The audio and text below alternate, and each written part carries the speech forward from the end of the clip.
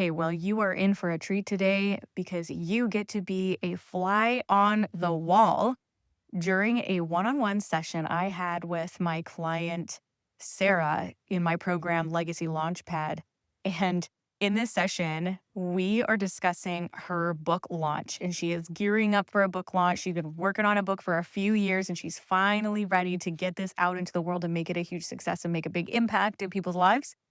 And I work with several authors as we speak right now. And it's so interesting how the program, because it's all based on frameworks, how well this works for book launches. I've launched all kinds of things: music, physical products, courses, and books are kind of a wonderful fusion of both a physical product and a digital product, and sometimes all of the above. And as you build your brand, there's just so much you can add to it. And so Sarah won a testimonial contest. Actually, she was one of three people who won. And so this was her prize, was this jam-packed session. And so I got to warn you ahead of time. This is a little bit like drinking from a fire hose. I wanted it to be as value packed as possible. So I'm talking fast. We're talking about a lot of nitty gritty strategy. And it's stuff that if you're a beginner, half of it might go over your head. And that's totally okay. Just know that one day you're going to know everything that I'm talking about like the back of your hand, and follow along, absorb the terminology, absorb what I'm saying, even go back and listen to it a few times if you want. But we're specifically digging into her book launch. And so this will apply to almost anybody. Everybody has to launch something. It's all the same. It's all a very similar structure. And if you got something out of this, I gotta know. Let me know if you enjoyed this session. And you can DM me and tell me on Instagram, I loved this last episode, Leah. Send me a message and tell me what you got out of it. And I want to hear what takeaways that you get and what you're going to implement based on the ideas Sarah and I talked about. So with that said, enjoy, and we'll talk soon. Well, let's talk about your book and everything. And let's talk about where you're at and where you want to be, and what have you been doing in prep, and where do you need some help? Right. So tell me about your book, and just give me a quick little lay of the land. Okay. So I have been working on a book called Awaken Hope for the past 3 years, but since October, the Lord really put a fire under me and said, it's time to go. Finish the book, finish the manuscript. And then in November, one of my friends was like, have you heard of Leah? I'm thinking about doing her course. And I was like, no. But then I realized we were already connected, I think from I don't know, probably from her. But I was like, oh my gosh, I think I want to pursue full-time writing and say, this is the thing, this is the project that I want. It's not coaching or other business ideas. So when I enroll, your program helped me realize, okay, this is the main goal. This is the launch that I want to have. And I've been working concurrently and finishing the manuscript, editing it. And in the last month and a half, I've started doing some paid ads to build up my email list. So I feel like there's this momentum building, and I'm ready to set a launch date for pre-order and set the actual launch as well.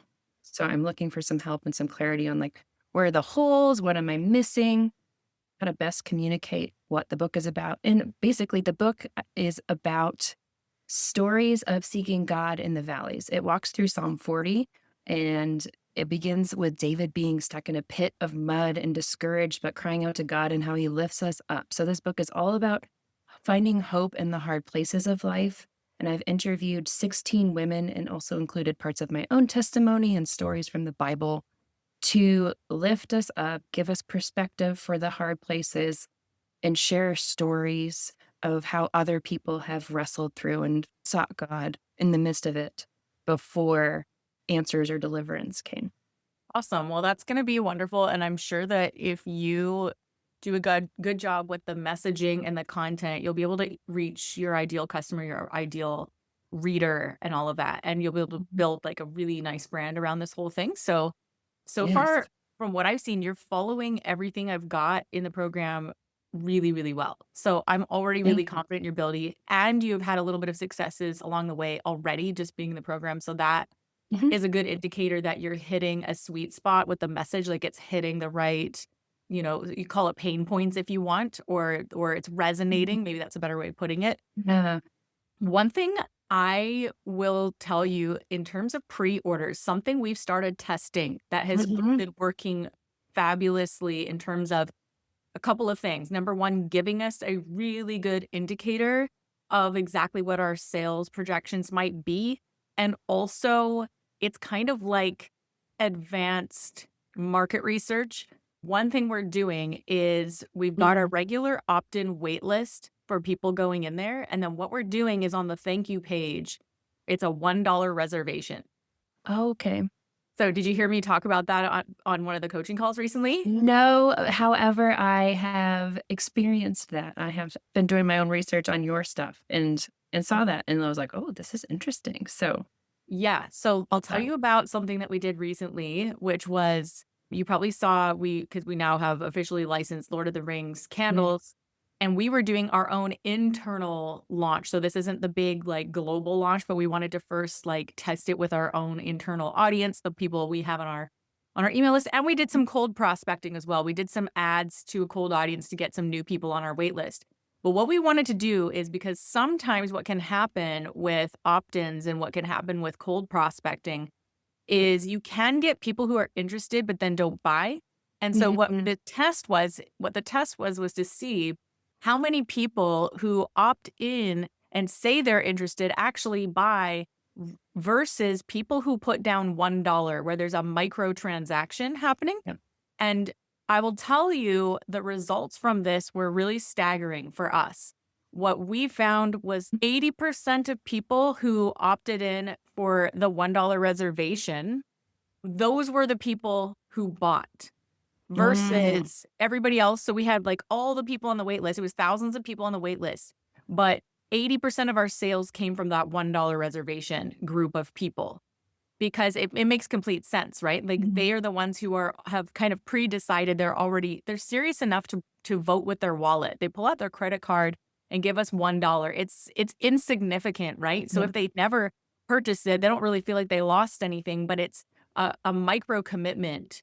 And so that gave us, that was our first test, and we're gonna be doing this all this year going mm, forward because it's such a good indicator of how serious people are, and it's enough that they're willing to pull out a credit card. So, mhm, we will do the same thing if we go to do a Kickstarter or anything else. In fact, the Kickstarter, if someone or you ever did a Kickstarter and you were to hire like an agency to run the whole thing for you, this is the exact tactic that they use. They do okay, $1 reservations and you make those people a VIP.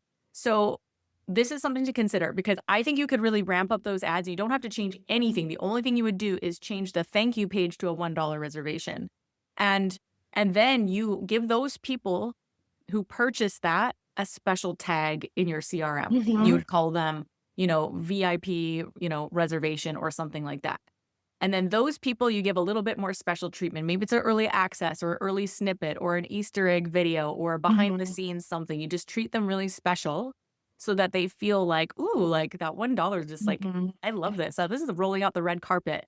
yeah, And then those people are going to be now hyper engaged in whatever it is you do next. And then here's the other thing to this. If you do decide to use this $1 reservation, yeah, when you go to send your launch emails, like hey, pre-order is open. One yeah, thing you can do, first of all, for VIPs is you can open that up to them either a few hours early so they get earlier access or a day early, some kind of early access. This works best though when it is something that is either there's some kind of limited quantity so they really feel like, well, I'm getting like a privilege mm, maybe there's a limited number of signed copies or something okay, like that. yeah, Right? that's a Versus just, and hey, there's a limited amount, and because you're VIP, you'll get, you're the first in line to get access to those, and then once they're gone, they're gone. Some kind of scarcity around mhm, the number of something. And then when you send your launch emails, you wanna separate the VIPs from everybody else who opted in, just so you can compare the statistics. You can compare sure, the metrics, like the open rates, the click-through rates. You will see a stark difference between the 2. The other thing you can do is there's mhm, already people who have opted into your email list. There's already people there. You yeah, can still send them to the thank you page to do the $1 reservation and the rest of your list. You can still send out this as a broadcast to get people to opt in to like, hey, there's going to be a limited amount of signed copies. If you're really interested and you want first dibs, maybe there's Mhm. something else that's special that could come with it. That's something you Mhm. could think of, something digital, maybe something that's doesn't cost you a lot, but is high value. It could be like a private Q&A or something like that with those group of people. The sky's the limit in terms of creativity. What would be valuable to them? Mhm. And then that's another incentive for people to do it, like, oh yeah, like, well, why would I spend this dollar to be a VIP? Make sure you spell out in like bullet points, like when you become a VIP, you're going to get this, this, this, this, and this. You're going to get early access. You will get, yeah, access to signed copies. You will get what else you can come up with. Maybe you've got some ideas, a private Q&A in a small group, something like that. It really makes it feel prestigious, like a real like red carpet type of experience. And then, of course, we just know from the metrics we've run in the past, anybody who opts into that $1, the chances of them purchasing is going to go through the roof. Like Yeah. it's much, much higher. And then the other thing I want you to think about in terms of this pre-order is how can you increase the average order value? So like what's the price point for the book? And are you selling anything else with it in terms of like bundling it with something? I have a $19.99 price point, and then I was considering bundling it with my existing book, which is $17.99 normally, and doing some kind of bundle like that. I think that's it for now. This is my MVP. The future pre-order in the fall, I wanna do a deluxe edition where it's like hardcover, linen, gold embossed, like a beautiful devotional that, you want on your coffee table. Yeah, I love that. And again, this is an MVP. It's totally fine to do something with this lower price point. Is there anything that you could add as a potential bundle that would get people over the $100 mark? And it could be something you haven't even created yet. It Mhm, could be like literally, and it's also part of your MVP. So what you would do when you go to sell this is mhm, make it available for pre-order also. It's mhm, like maybe it's a mini course, maybe it's a Bible study, like a live monthly mhm, Bible study or a book club or a something. You just test the price point and it's like, hey, maybe it's $97 for 12 weeks or something like that.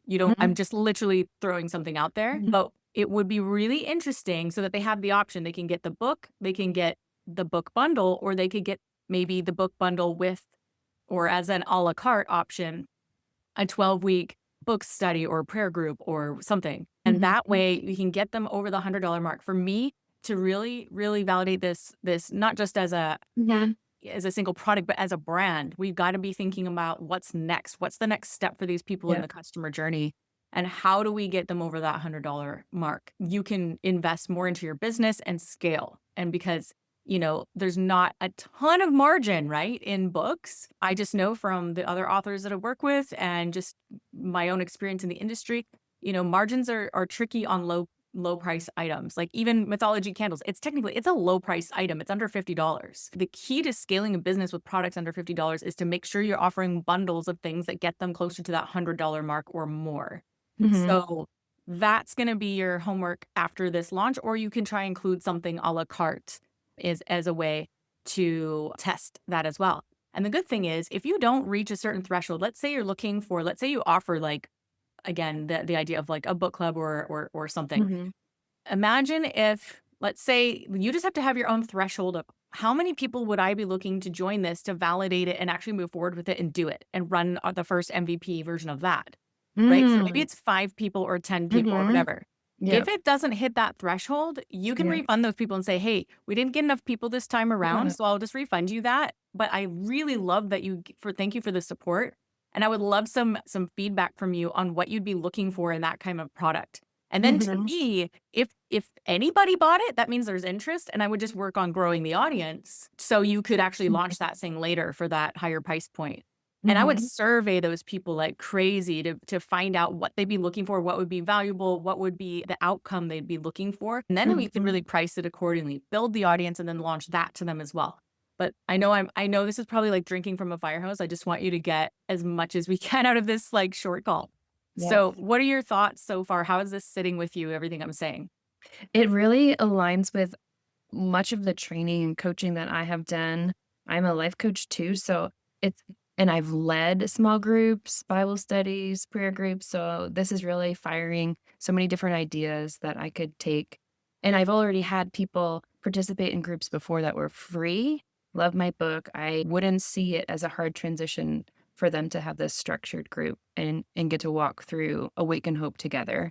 I've also talked to the contributors for this book to see if they would want to do live Zoom interviews. So it's just like added content. Like they get to talk with the women from these stories and ask them questions. So it's already kind of been building, but you Oh, just put cool. it much more clear, Leah. That's awesome because I could see that coming together so like seamlessly, everything you just said in terms Mhm, of like building up the brand and like what's the next step in the customer journey. I really want people to think of books as almost more of a paid lead magnet than anything mhm, else because it's going to lead to the next thing. Books alone can sell, especially if there's like a series of them. Sure, you can make some money that way, mhm, but I like it to see it as a beginning, like entry level point into the brand and what else there is to offer there. You can see this, so many people do this, like you mentioned life coaching, so whatever mhm. Tony Robbins or whoever, they have books as the entry point, and then you go to their live events or you go to their Right. courses or whatever else, so that's like, the long form content essentially that they're gonna pay for to then learn Mhm, about what they can do next with you.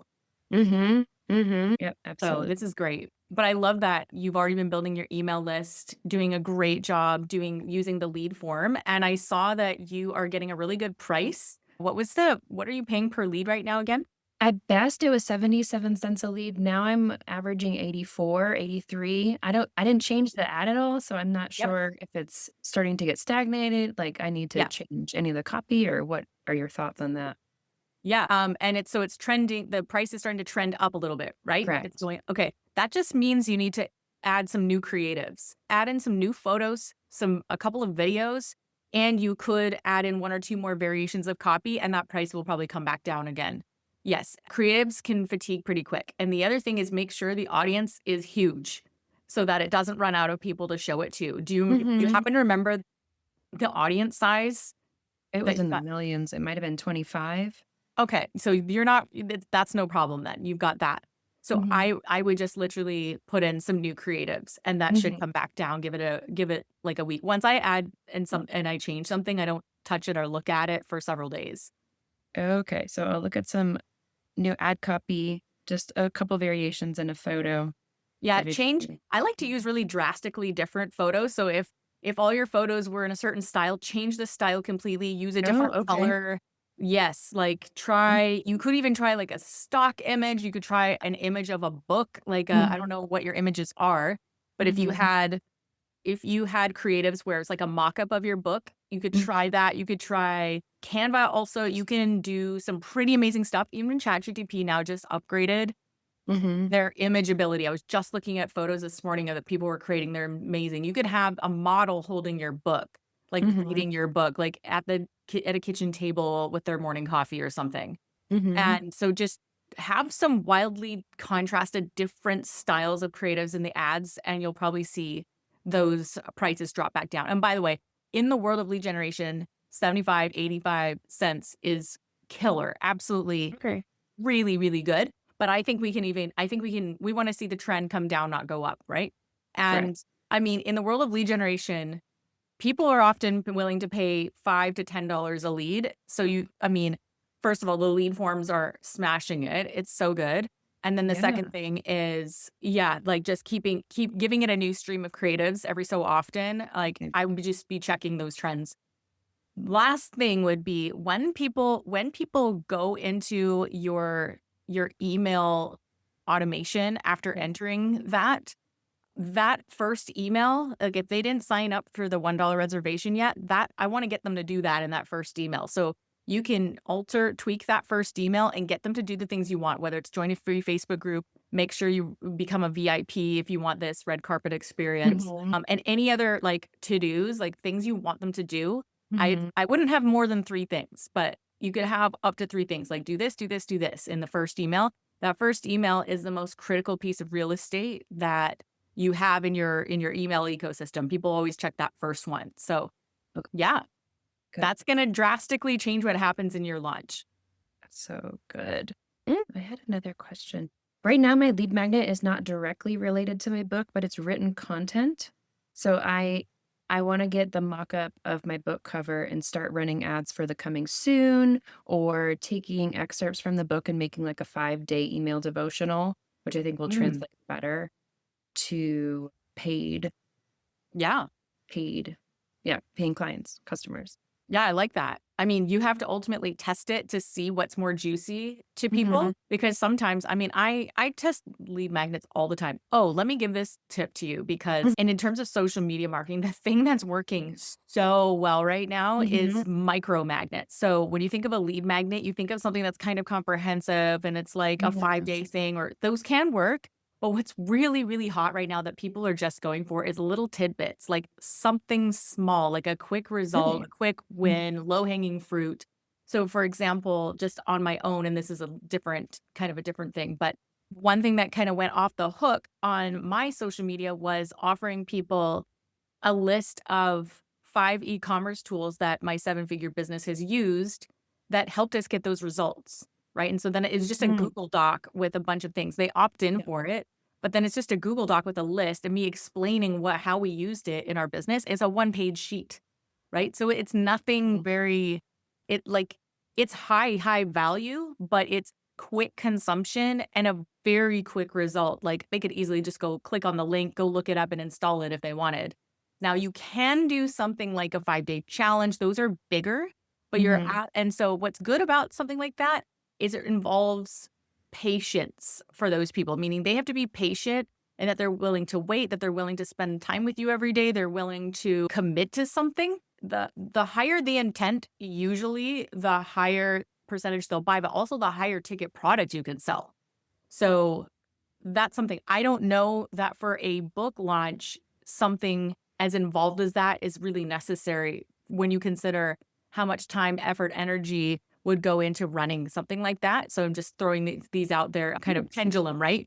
Yeah. So the range of micro magnet to like full blown, say, 5-day challenge, you can test like a few different ones. You could test a micro magnet, like a quick like, here's my top, like a 3-day devotional Yeah. plan or something like that. That's quick Mhm. consumption all the way to like something in the middle and then something more that involves more commitment, more patience, more investment Mhm. from the potential customer. Mhm. And ultimately, these are the kinds of things we're testing year round. So it's not like you're going to Mhm. figure it out the first time you test this. Just something for you to consider as you are Mhm. putting together your lead generation strategy. One interesting tidbit is that currently my lead magnet is a 10-day prayer journey, and my 65-year-old ladies and up are just eating it up.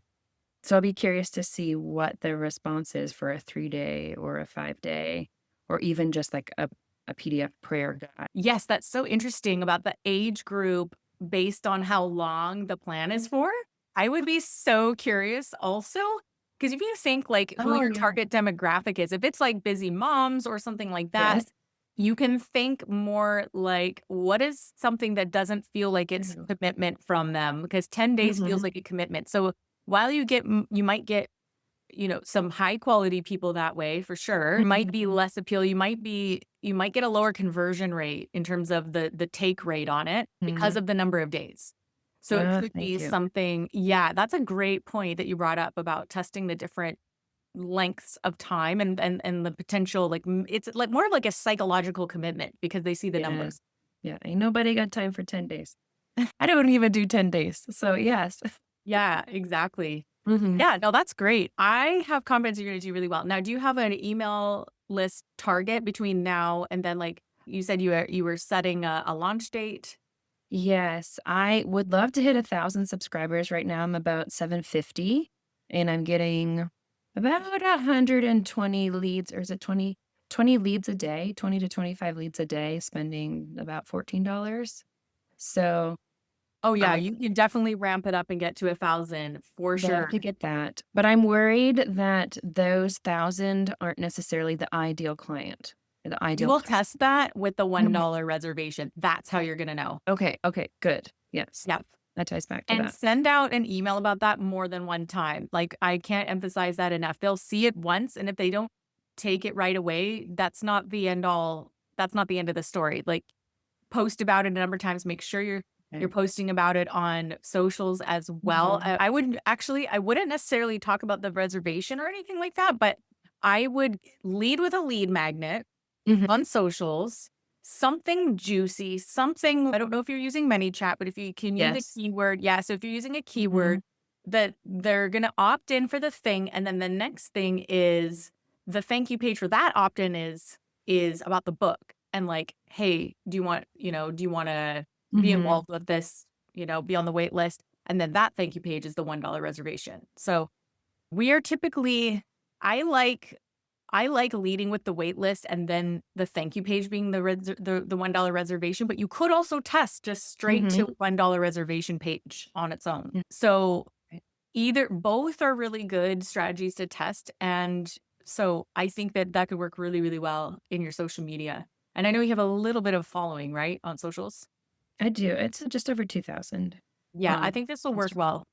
'Cause they've already been following you, they know what you're about, they know your journey. If you could come up with try testing a micro magnet with them, post, like, once a day about it for the next while, and just change up the content, vary what it is, but then the call to action's always the same, like, "All roads lead to Rome," with the lead magnet, and you can Mhm. also switch it up with the actual, like, "Hey, the book is coming soon," comment "book" to join the wait list, so I would switch it between the lead magnet that leads to the book and the actual, like, buzz about the book, and by doing that, you're gonna get I wouldn't be surprised to see you double your opt-ins by launch day.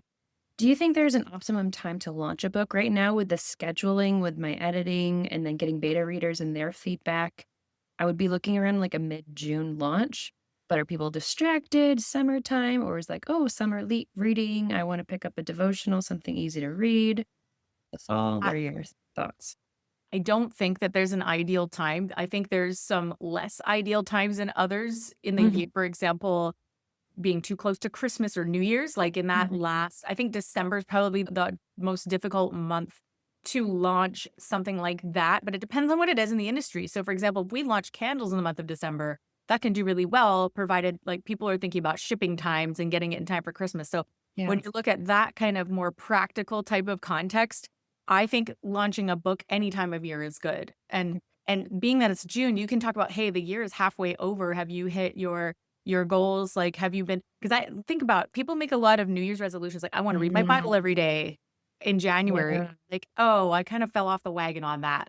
So Mm. you can remind people a lot of times, like, if you did you have goals at the beginning of the year to spend more time in the Word of God and to X, Y, Mhm. and Z? And if not, now is the perfect time. The half the year is over.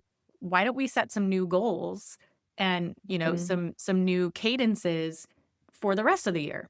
And now is as good a time as any. And you can even I don't know if you wanna talk about how if the kids are on summer vacation, like, how you can include them in the mornings or something like that, Mhm. part of, like, the summer schedule, or I think that bringing seasonality into any launch during any time of the year, there's a way to do it.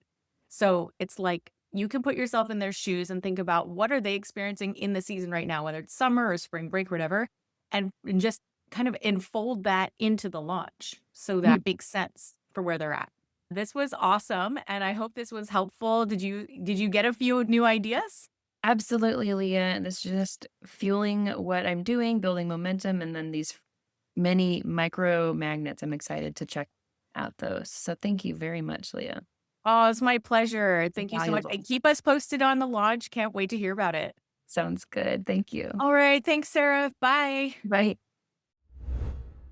Hey, thanks so much for tuning in today. Don't leave just yet. I've got two things. Number one, if you enjoyed this content, if this was of any value to you, please leave me a review and share with a friend. This content is 100% free, so that's like leaving me a tip, and it's going to encourage us to keep making it. Number two, if it's your desire to build your own family legacy and you want some help, send me a DM on Instagram with the word podcast, and I've got something special for you. Again, DM me with the word gift at Real Leah McHenry on Instagram. We'll see you next time.